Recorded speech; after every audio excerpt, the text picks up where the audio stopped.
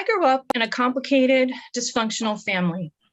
Multi-generational mental illness and alcoholism wove a complicated tapestry of highly charged interpersonal interactions, punctuated by chronic emotional abuse, periodic drama, and violence.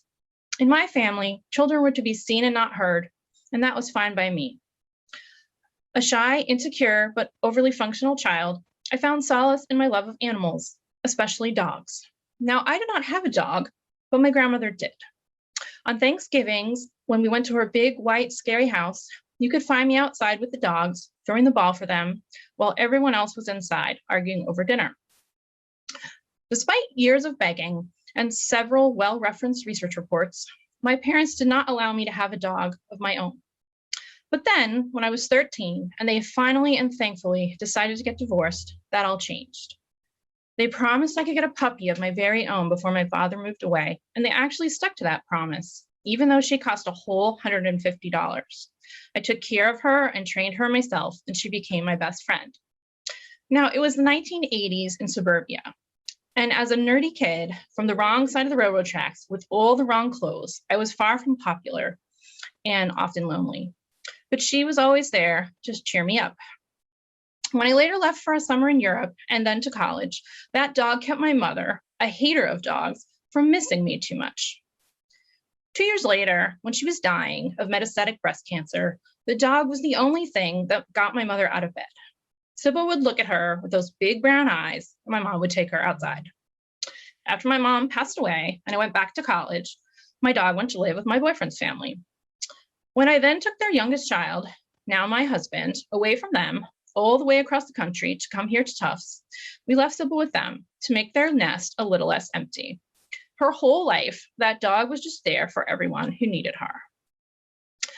As I have gotten older, I have come to realize that although I've been dealt some bad cards, I have been very privileged. I never had to worry about where my next meal was coming from or where I would live. I couldn't always pay all my bills at the same time, but they always eventually got paid. I'm a white woman in a white woman's profession.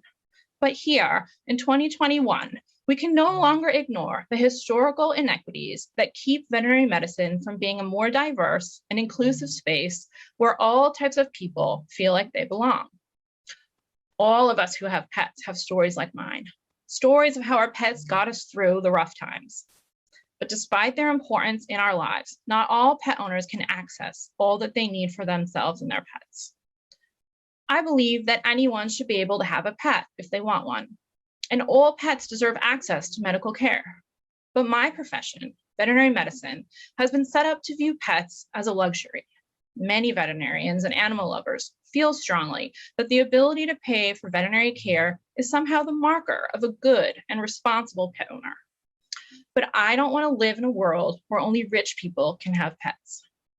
At the heart of my work is an effort to increase access to veterinary care. Veterinary care is expensive.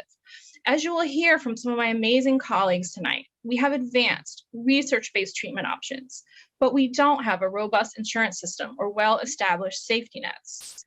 I work with many clients who can't afford to spay or neuter their pets.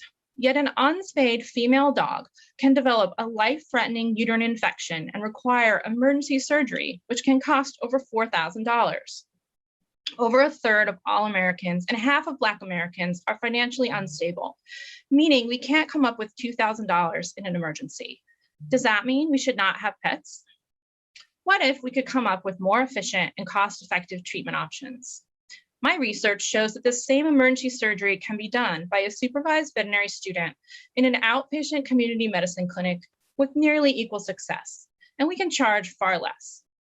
If we can bring the cost down and empower our future graduates to provide basic care, we will be able to serve more pet owners. Our school invites students to consider their role in providing a range of care options within a spectrum of care. By opening the door to financially diverse clients, we are creating opportunities for veterinary medicine to reach more pets and their owners, thus revamping our profession one student and one dog at a time. Thank you.